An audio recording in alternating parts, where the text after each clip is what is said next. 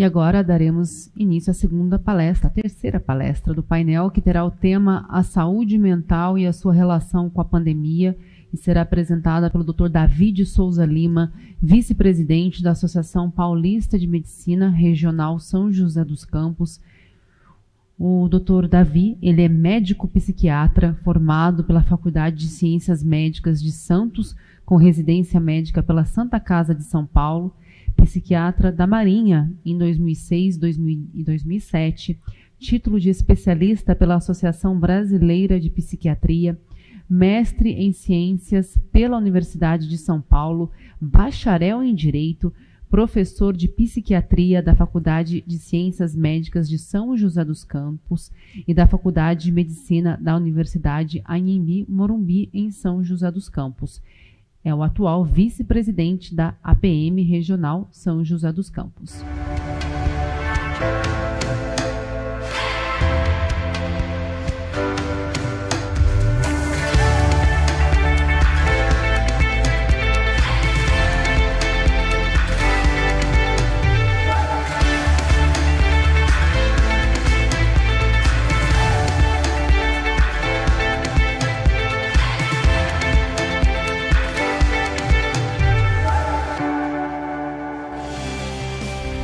Com a palavra, Dr. Davi.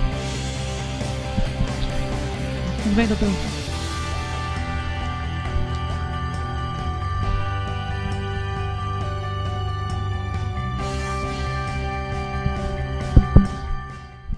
Pessoal, boa tarde a todos.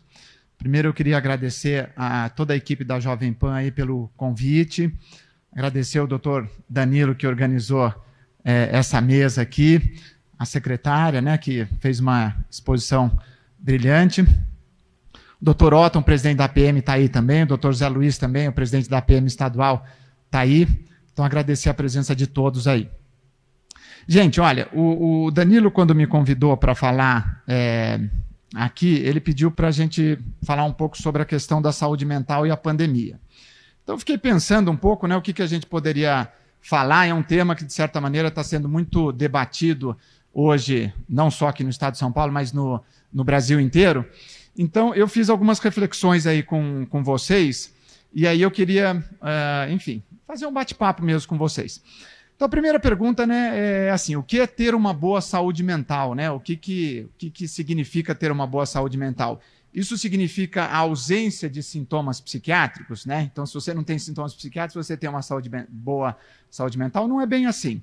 Na realidade, algumas discussões colocam, né, que a maioria das pessoas associa esse conceito de ter uma boa saúde mental relacionada, primeiro, a uma sensação de bem-estar geral, não só do ponto de vista de saúde mental, mas do ponto de vista do corpo também, né? A gente sabe que existe uma relação muito intensa em relação a essa questão de você estar com o corpo bem cuidado. Isso tem um reflexo na sua mente e vice-versa. Isso já era falado na época da Grécia Antiga, né? Todos conhecem aí, mens sana in corpore sano, né? A mente sã em corpo são. Isso o poeta romano Juvenal já colocava isso na era cristã, e isso realmente é verdade. Quando você está com uma boa saúde corporal, a tendência é que você tenha uma boa saúde mental. Aí a gente vai para aquele debate da questão do exercício físico, né? Então, as pessoas que costumam fazer exercício físico com regularidade costumam ter uma melhor saúde clínica corporal e, consequentemente, costumam ter também uma melhor saúde mental. Outra questão que se fala muito em relação à saúde mental é a questão de como você lidar com as adversidades, com relação aos problemas que surgem, né? E a pandemia trouxe esse desafio para todos nós. No início, toda a questão, né, que a gente passou com o confinamento, todo o isolamento e todas as questões que acabaram se sucedendo nesse sentido. Esse conceito de resiliência é um conceito muito importante dentro, não só da psiquiatria, mas da área médica em geral, né? Que significa esse aspecto de como você consegue suportar a pressão, né? Esse é um conceito também muito ligado no esporte, né? De que um esportista de alto rendimento, quando está jogando uma partida, se eu não me engano, o Leônidas que falou quando era jogador não, Djalma Santos, quando era jogador do Botafogo, ele falava, né? Jogo é jogo, treino é treino. Então, às vezes, você vê uma pessoa treinando, né? Num basquete, num campo de futebol, jogando muito, mas a hora que chega na hora do jogo mesmo, o rendimento não é muito grande. Isso está ligado a essa capacidade de resiliência. Como você suporta a pressão naqueles momentos onde a questão é mais difícil, onde tem muita gente te olhando, onde você tem que apresentar o resultado. E essa questão da resiliência é uma questão muito importante dentro da pandemia. Como é que você lida numa situação onde a pressão é muito grande, né, em relação a uma série de questões, pessoas, às vezes familiares morrendo, amigos morrendo, pessoas muito próximas morrendo, como é que mentalmente você suporta isso e como é que você consegue avançar? Algumas pessoas têm uma capacidade de resiliência maior e conseguem lidar melhor com esses problemas e outras não. Então é uma outra questão. No esporte também tem uma curva, não sei se vocês já ouviram falar, a curva do U invertido, que é uma curva de performance, que é a ansiedade em relação à performance. Então até um certo momento, você ter um pouco de ansiedade até um certo aspecto, isso é bom, a sua performance aumenta. A partir do momento que essa ansiedade toma um certo patamar, isso varia de pessoa para pessoa, a sua performance diminui. Então isso é importante cada um conhecer qual é a sua curva, né? A sua curva do invertido, para você saber, olha, até ali eu vou bem, se passar dali eu começo a não ir não muito bem. Essa questão ali, eu coloquei a questão das máscaras, é uma coisa interessante, porque é uma discussão que existe na psiquiatria, né? De que as máscaras, né, nesse sentido mais alegórico, né, de você colocar uma máscara em você, como na questão dos bailes, das festas antigas, né, os gregos tinham essa questão também no teatro, e essa máscara no sentido assim, de que quando você está em situações diferentes, você pode e deve agir de maneira diferente. Você não precisa de ter aquele comportamento, muitas vezes o ansioso, o obsessivo-compulsivo, às vezes ele tem aquele comportamento onde ele é muito padronizado, ele sempre mantém o mesmo padrão de comportamento. Quando você consegue, de certa maneira, ter essa flexibilidade na sua conduta, então quando você está numa situação, você pode agir de uma determinada maneira. Quando você está em outra situação, você pode agir de outra maneira sem problema nenhum. Então se você está numa reunião com o presidente da sua empresa, é uma reunião formal e tudo mais, você deve ser formal também, tratá-lo como senhor, diretor, isso, aquilo, tudo mais. Mas se você está com essa mesma pessoa, talvez num happy hour, tomando um chopp, alguma coisa, você pode ser um pouco mais descontraído, você pode fazer uma brincadeira e tudo mais. Então, essas capacidades que algumas pessoas têm de mobilidade, de flexibilidade, fazem com que algumas pessoas tenham uma performance mental melhor e outras não. Não é tão simples assim na prática, mas a gente vê que essas questões são questões importantes e acabam fazendo com que você maneje o estresse de maneira diferente. Quanto melhor você manejar esse estresse, melhor, porque aí você vai ter um rendimento melhor. E a pandemia e está sendo uma situação bastante estressante no geral, né? Uma coisa importante é essa questão assim, desde o início da pandemia, muitas pessoas deixaram de cuidar da sua saúde clínica. O Dr. Danilo muito bem colocou, né, que a questão das internações baixaram muito durante a pandemia e tudo mais, e as pessoas, os diabéticos, os hipertensos, enfim, as pessoas com hipotiroidismo, as pessoas que têm doenças clínicas em geral, muitas deixaram de fazer um acompanhamento clínico correto durante a pandemia, e isso sim tem reflexo na saúde mental. Agora, isso está começando a ser retomado, mas a gente não pode esquecer disso daí. Tem até uma pesquisa em relação à prevenção de risco de suicídio. Um dos fatores que é um fator de proteção contra suicídio é você ter uma boa saúde clínica, uma boa saúde do corpo. Isso faz com que você tenha uma melhor saúde mental. Outro fator de proteção contra suicídio é você ter filhos, principalmente se são filhos pequenos. Uma pessoa pensa 2, 3, 10, 20 vezes antes de se matar se ela tem filhos pequenos. Casamento, por incrível que pareça, também é outro fator de proteção contra suicídio, principalmente se é um casamento, né, que está dando certo e se tem filhos. Então, essas questões relacionadas à saúde mental parecem que estão dissociadas, mas não estão. As coisas estão extremamente interligadas. É o que a gente fala, né? O corpo e a mente não estão dissociados. Então, a gente sabe, né, essa questão do exercício, toda a liberação das endorfinas, todo o bem-estar gerado quando você faz qualquer tipo de atividade física, é super importante. Quem faz aqui, quem faz uma caminhada, dá uma corrida, nada 2, 3 vezes por semana, você sabe que depois que você fez essa atividade física, o seu corpo pode estar cansado, mas a sua cabeça fica tranquila, fica descansada, e isso faz diferença. O ser humano, ele não nasceu para ficar parado. Nós somos animais, nós somos mamíferos. Você não vê nenhum mamífero parado na natureza. Você não vê uma onça parada na floresta, você não vê uma baleia parada no oceano. Os animais, eles se movimentam. O ser humano, às vezes, ele acha que ele pode acordar às 7 horas da manhã, toma um café da manhã, pega o carro, vai para a empresa, fica o dia inteiro sentado atrás de uma mesa, pega o carro à tarde para voltar, passa na padaria, compra pão, presunto, queijo, leite, senta em casa, toma um lanche e vai dormir. Às vezes não andou nem 500 metros no dia e acha que está tudo bem. Então essa é uma questão importante. A gente precisa de se movimentar e cuidar do corpo. Outra questão que foi muito discutida na pandemia foi a questão assim, principalmente na primeira e na segunda onda. A segunda onda, né, foi já colocado aqui, a gente chegou a ter 4 mil pessoas morrendo num dia, né? Então aqui no Brasil, nos meses de março, abril e maio agora de 2021. Esse medo, né, que foi gerado, né, você ouvia toda hora na televisão, nossa, são tantas mil pessoas morrendo, e isso e aquilo, isso gerou um pânico, né, muito grande e numa série de pessoas que naquele momento, de certa maneira, era até necessário, porque o distanciamento e o isolamento continuam sendo medidas extremamente importantes, mas naquele momento mais ainda.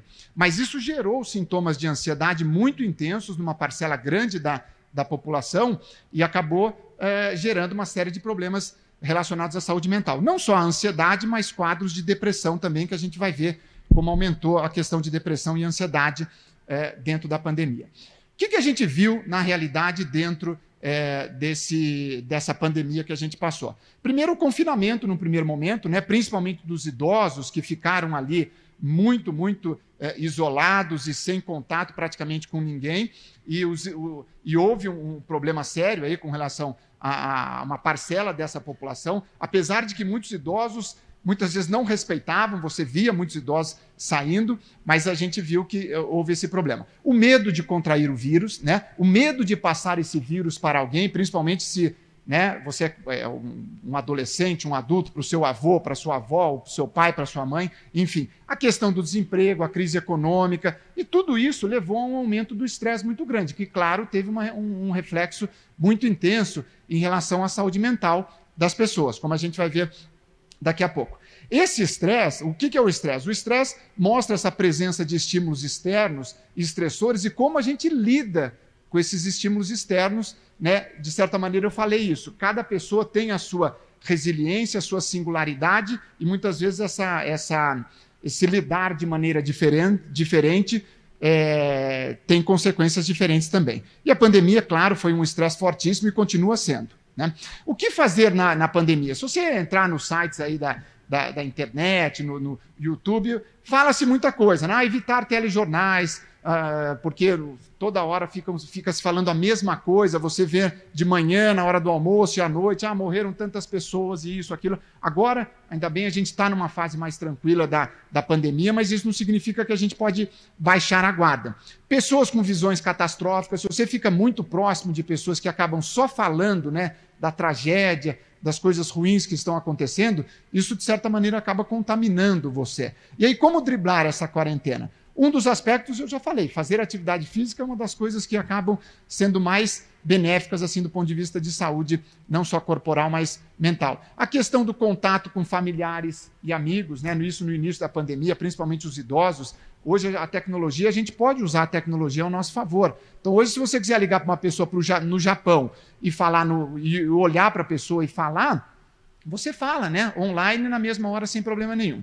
Existe um filósofo italiano, né, que escreveu um livro que chama O Ócio Criativo, que é o Domenico de Masi, e ele fala dessa importância de você ter tempo livre para fazer as coisas. Às vezes você não fazer nada entre aspas, né? Então, se você, por exemplo, vai fazer uma caminhada de 1 hora, 1h30, nessa 1 hora, 1h30, além de você estar fazendo exercício, às vezes está passando uma série de coisas na sua cabeça, onde você está achando soluções para os seus problemas às vezes em casa, problemas pessoais e problemas na sua empresa, e você está, de certa maneira, cuidando não só da sua saúde física, mas mental. E esse aspecto de você procurar fazer coisas que você gosta de fazer. Porque quando você tem um tempo para você e lida e usa esse tempo com coisas agradáveis, você está usando isso a seu favor e melhorando a sua saúde mental. O que a gente viu na pandemia é que houve sim um aumento nos quadros de depressão e ansiedade no geral. A gente viu isso e os trabalhos mostram isso, né? Por exemplo, essa meta-análise que foi feita, ela coloca de maneira, né? Aqui eu coloquei só o resumo, mas foi colocado de maneira bem clara que sim, durante a pandemia as pessoas ficaram mais deprimidas, mais ansiosas. Depressão e ansiedade, doença, né? O que é ansiedade? Na verdade, a ansiedade ela pode ser caracterizada como uma sensação desagradável, uma inquietação interna, uma preocupação exagerada com o futuro, acompanhada de uma série de sintomas físicos e mentais. Você pode ter tontura, boca seca, você pode ter angústia, sensação de vazio no estômago, aperto no peito, enfim. Todas essas sensações acabam gerando um desconforto muito grande para a pessoa. É como se a pessoa tivesse com um alarme ligado constantemente. Então ela fica realmente naquele aspecto de estar ligada, né? É como se ela estivesse online full time, e isso acaba gerando uma preocupação e o corpo acaba pagando de uma certa maneira e a mente também. O medo já é uma reação a um perigo específico e a resposta emocional à ameaça iminente, real ou percebida. Então o medo normalmente é relacionado a algo específico, a ansiedade muitas vezes é relacionada a algo inespecífico, apesar de que na prática os sintomas são muito parecidos. E a ansiedade ela torna-se patológica porque todos nós temos ansiedade normalmente. É normal você ficar ansioso antes de uma apresentação, se você vai conversar com uma pessoa que às vezes você não conhece, você vai para uma entrevista de emprego, enfim, faz parte da nossa vida. Agora, torna-se patológico quando essa emoção passa a ser disfuncional. Disfuncional de que maneira? Trazer prejuízos intensos sociofuncionais e ou sofrimento importante para o indivíduo. Então a pessoa começa a sofrer muito e ela começa a ter um prejuízo, né, de como ela está vivendo e como ela está se relacionando, normalmente isso torna-se patológico. Normalmente a gente diz que a ansiedade ela é patológica quando, na verdade, ela começa a te dominar. Então, quando tudo que você vai fazer, de certa maneira, a ansiedade está por trás e você não consegue fazer, isso começa a ser problemático. Então, ansiedade aumentou na pandemia e depressão também. O que é depressão? Né, hoje ficou um termo assim um pouco vulgarizado em alguns aspectos. Mas a depressão doença, o que é? Ela é tristeza, desânimo, falta de energia, falta de vontade de fazer as coisas por pelo menos duas semanas seguidas a maior parte do tempo. Então, isso é depressão. Né? Então, se você tem esses sintomas, e isso tem que gerar um prejuízo funcional importante para a pessoa. Então, a pessoa tinha um padrão de funcionamento e deixa de ter esse padrão de funcionamento com esses sintomas. Depressão pode ser leve, moderada ou grave, dependendo dos sintomas e da intensidade. Tá? Isso daqui é uma discussão de caso, um caso hipotético que eu coloquei aqui, mas a gente viu alguns casos similares no consultório nesse sentido. Então, por exemplo, um médico chegando no início da pandemia, desesperado com 2 filhas pequenas em casa, 4 e 6 anos, trabalhava na UTI de um hospital, colocou essas crianças para morar com os avós, porque estava super preocupado de que não, eu vou contaminar as minhas filhas, estava todo dia na UTI tratando de pacientes com Covid-19, alugou uma casa, né, alugou um apartamento para ele morar e deixou o cônjuge, a esposa, em casa. Então, quer dizer, ele ficou 2, 3 meses assim e a pessoa surtou, simplesmente surtou. Porque, olha, vou passar para as minhas filhas, então colocou as filhas com os avós, a mulher em casa, ele aluga, enfim. E aí o que acontece? Começou a ter ataques de pânico, né? Não dormia, ficava acelerado à noite, o coração disparado, sudoreico, sensação iminente de morte, enfim. Então, esse tipo de caso, a gente acabou vendo alguns casos no consultório psiquiátrico. Né? Então, a literatura corrobora com isso de que aumentou os casos de ansiedade, aumentou os casos de ataque de pânico, de síndrome do pânico, transtorno de pânico, mas a gente viu isso na prática. Né? Outro problema que a gente viu foi a questão do aumento da ingestão de álcool. Né? No comecinho da pandemia virou até um hit, né? Todo mundo colocava lá no Instagram um copinho de vinho, uma tacinha de vinho e tomando à noite. Então as pessoas começaram a beber mais durante a pandemia e isso gerou uma série de problemas. O uso abusivo e de dependência de álcool, aumenta a chance de você ter um quadro depressivo e um quadro de ansiedade, transtorno de ansiedade. Eu li durante a pandemia, a polícia em Londres, né, o chefe da polícia em Londres, ele colocando que é impossível o distanciamento social em pessoas alcoolizadas. E é verdade, porque não tem como. Se você chega numa festa, todo mundo... Você bebeu a segunda, terceira cerveja, o cara já está abraçando, já está falando do lado enfim, cuspindo isso e aquilo. E a gente sabe que a principal forma de transmissão do coronavírus é pelo ar. Então é super importante essa questão da máscara e do distanciamento. Né? A gente viu também a questão da desigualdade aumentando, mais gente passando fome, a questão da solidariedade, de certa maneira, aumentou com as pessoas, aí, né? As pessoas se tornaram, acabaram olhando mais para o outro. Né? A própria Associação Paulista de Medicina intensificou muito essas ações, não só aqui em São José dos Campos, mas em âmbito estadual, essas questões de doações, de agasalho, de comida, enfim, vendo esse lado social. A gente sabe que o ser humano é um ser social, né? A questão do exercício, o sono é uma das coisas mais importantes que tem para o ser humano. A pessoa que não dorme bem, normalmente ela vai ter um problema de saúde mental e um problema clínico. Né? Não é à toa que a gente dorme em média 8 horas por dia. Se você parar para pensar, uma pessoa que vive 90 anos, ela passa 30 anos dormindo. É muita coisa. Então tem gente que despreza o sono, mas é uma das coisas mais importantes para você ter uma boa saúde mental. Questão da meditação, estou terminando já, estou vendo que meu tempo está terminando aqui. Questão da meditação também é algo que é importante. Mas a pandemia, uma coisa importante é assim, a pandemia vai passar. Todas as pandemias no mundo passaram em algum momento.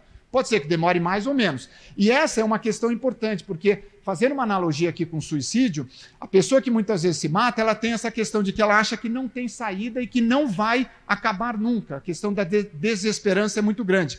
Com a pandemia, muitas vezes as pessoas acham que não tem saída e não vai acabar. Vai acabar uma hora, mas a gente tem que saber lidar com ela, como ela está indo. Né? Buscar ajuda profissional quando você tiver um problema, pode ser com psiquiatra, com psicólogo, com qualquer médico que possa ajudar você ou um profissional de saúde mental. A gente viu também que os pacientes que foram intubados, o maior risco de desenvolverem transtorno de estresse pós-traumático, né? Os 3 Cs, né, que os americanos chamam de crowded, closed e close contact, que é a questão de você não ir em lugares cheios, em lugares fechados e não ter um contato muito próximo com as pessoas. Né? Esse é um trabalho também que mostra como o sono interfere na saúde mental das pessoas. Então essa também é uma revisão que mostra que é super importante a questão de dormir bem. E aqui, finalizando, esse artigo aqui foi um artigo que se tornou uma referência aí no mundo médico em relação a questões... foi uma revisão que saiu na Nature em abril de 2021 e acabou colocando todas as questões das sequelas pós-Covid. E do ponto de vista neuropsiquiátrico, esse é o último slide, tá, gente? Para vocês terem uma ideia, as alterações neuropsiquiátricas, do ponto de vista mais frequente, o que acontece? Primeiro a gente vê que ansiedade e depressão foram reportados em 30% a 40% dos sobreviventes da Covid. Então, corroborando para os outros artigos que a gente colocou. E muitos pacientes no pós-Covid aconteceu essas questões de a cognição começará a ser afetada de alguma maneira. Então, capacidades intelectuais, emocionais, capacidades relacionadas ao pensamento, à memória, à linguagem, à atenção, a pessoa começar a ter problemas após o Covid e outras anormalidades do ponto de vista neuropsiquiátrico, né, como também já foi colocado, a questão da fadiga, da mialgia, dores de cabeça, desautonomia, né, a deficiência cognitiva, esse brain fog que o americano fala, está muito ligado a essa questão de uma neblina, um nevoeiro que você fica um pouco confuso, né, às vezes toda a parte cognitiva não fica funcionando tão bem como era antes da Covid. Tá bom? Obrigado, era isso daí. Valeu. Obrigada, Dr. Davi, excelente apresentação.